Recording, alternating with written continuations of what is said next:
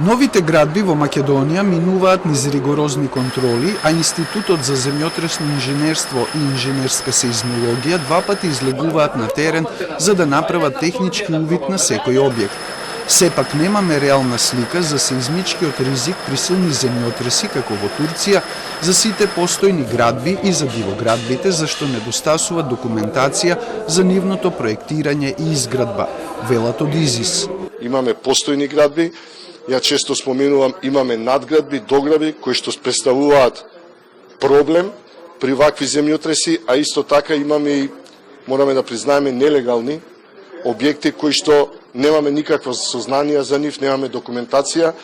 Тоа се работи кои што мислам дека во иднина апсолутно треба да ги подобриме и да ги надминеме, само тогаш можеме да збориме за тоа какви ни се реално сите градби во Скопје и во државата.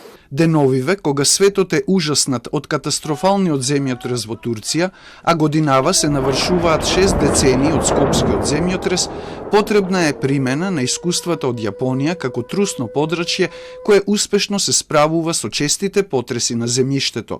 Таму се применува сеизмичка изолација за која кај нас се потребни технолошки достигнувања и други компоненти на долг рок, иако имаме драгоцено искуство со такво градење на училиштето Песталоци. Не се само средствата, пред се ќе кажам, тоа не се прави преку ноќ, треба развој, треба истражувања, па дури тогаш да имаме примена и покрај примената потоа треба да имаме одржување на тие сеизмички изолатори. Примената на сеизмичката изолација е темата на работилницата која започна денеска на ИЗИС.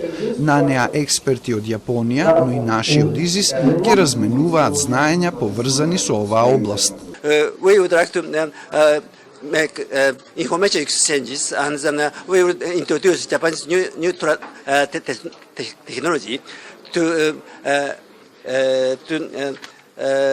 defend, to prevent or alleviate any tragedy in the future earthquakes. We need to prepare, and we need to strengthen our. We need to strengthen our preparations for the possible earthquakes. Работилницата на ИЗИС продолжува и утре.